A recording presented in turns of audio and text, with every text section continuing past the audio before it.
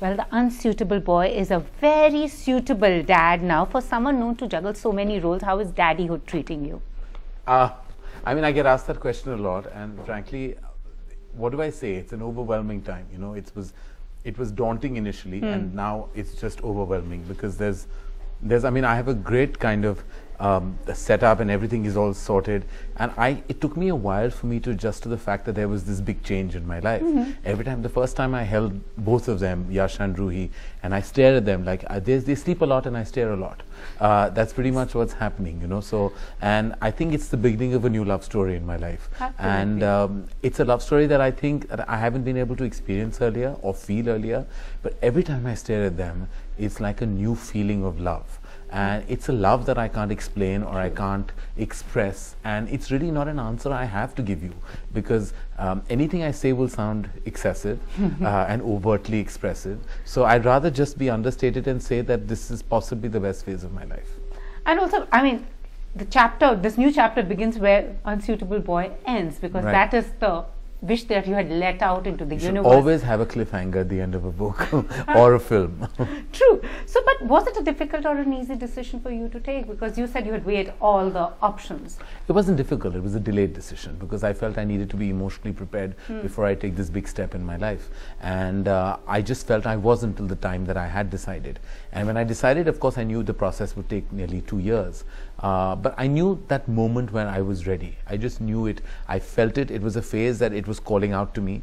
And I felt like, you know, I've been like a nurturing adult in any case. Yeah, you know, I've nurtured so many young careers. So I felt that there was an inherent parent hidden in me that had to find a surface.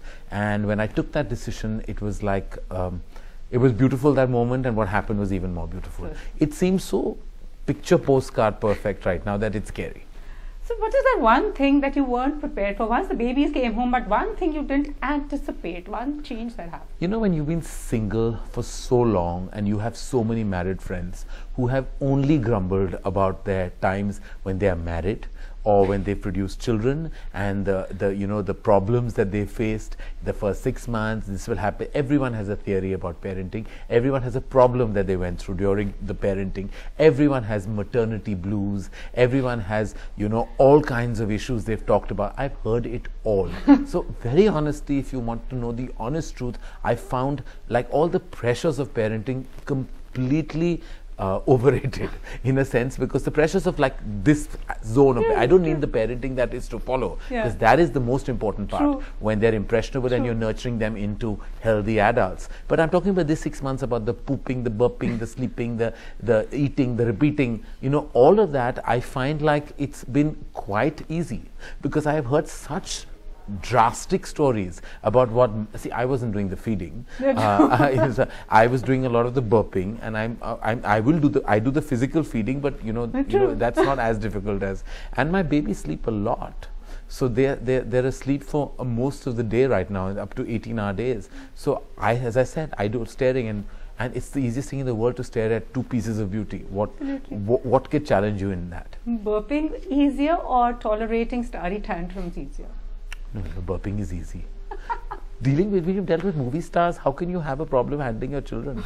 I mean, they're the biggest babies ever. Movie stars are babies. So if you've handled them, your own babies are a cakewalk. Absolutely. And also, as a new father, what do you feel about this new law that wants to curb surrogacy? There are these, you know, singles can't be parents, and making it difficult. And, you know, the world is changing, attitudes are changing, but the law is not changing. Look, I don't want to sound like an activist when I say what I'm going to say. I'm going to say it as an emotional plea.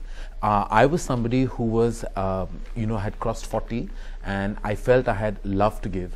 I felt I had an inherent sense of nurturing that I wanted to platform as a parent, and I fortunately had a path. And I hope that there are many, I'm sure there are many like me out there in the world, except in my country for sure. And I hope that they're given the same opportunity that I was given. I hope that there is no legal binding that they will have to conform to, and unfortunately will take away from their decision to be a single parent. I know that the healthy, normal, natural process is to have a mother and a father. I know that's the way we understand it. That's what we've always been conditioned to believe. But there's no guarantee that that is the perfect way. Absolutely. And I want to say that I probably believe, and I actually don't probably, I definitely believe that the love I have within me the love that comes from me and mine are going to be more than enough for my 2 children. And I feel very strongly about this. So I can only hope that there are others who will be able to follow the same path as I did, and I hope that there is no roadblock. So when you ask me about the legal matter, that's what I pretty much feel. I hope that there is no legal binding to this circumstance and situation.